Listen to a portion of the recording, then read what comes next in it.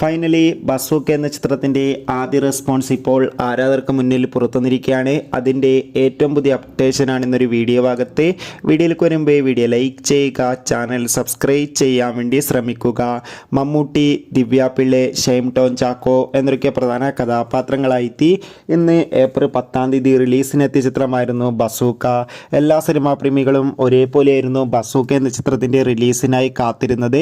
Finally ചിത്രത്തിൻ്റെ ആദ്യ show ആരംഭിച്ച് ഇപ്പോൾ ചിത്രത്തിൻ്റെ ആദ്യ ഷോ കഴിയുമ്പോൾ ചിത്രത്തിന് മികച്ചൊരു പോസിറ്റീവ് റെസ്പോൺസ് തന്നെയാണ് പുറത്തുവന്നുകൊണ്ടിരിക്കുന്നത്.